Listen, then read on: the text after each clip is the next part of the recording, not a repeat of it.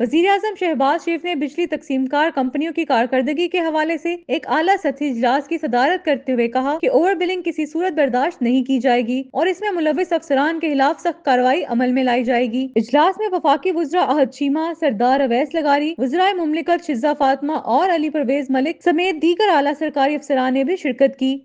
इजलास के दौरान Lahore electric supply company LESCO, Peshawar electric supply company PEPCO और Faisalabad electric supply company FESCO की कारकर्दगी का तफसीली जायजा लिया गया। इजलास में पेश की गई ब्रीफिंग के मुताबिक माली साल 2024 से 2025 के नवंबर तक लेस्को की रिकवरी 96.82%, पेस्को की 87.98% और फेस्को की 97.57% रही। शुरा को बताया गया कि लेस्को ने 2,23,365 थ्री फेस स्मार्ट मीटर नस्ब करने हैं, जिनमें 49,470 नस्ब किए जा चुके हैं। पेस्को ने 1,52,559 स्मार्ट मीटर्स में से 51,173 और फेस्को ने 1,92,311 में से 11,276 मीटर्स नस्ब किए गए हैं। वजीर आजम ने हदायत की कि स्मार्ट मीटर की तनसीब का काम जल्द मुकम्मल किया जाएगा ताकि बिलिंग के निजाम में शफाफियत लाई जा सके। ब्रीफिंग के दौरान बताया गया कि लेस्को, पेस्को और फेस्को के सार्फिन को शिकायत के अजाले और हिदमात के लिए कॉल सेंटर, ईमेल और वेबसाइट जैसी सहूलियात फराहम की जा रही हैं। नवंबर तक शिकायत के अजाले की शरह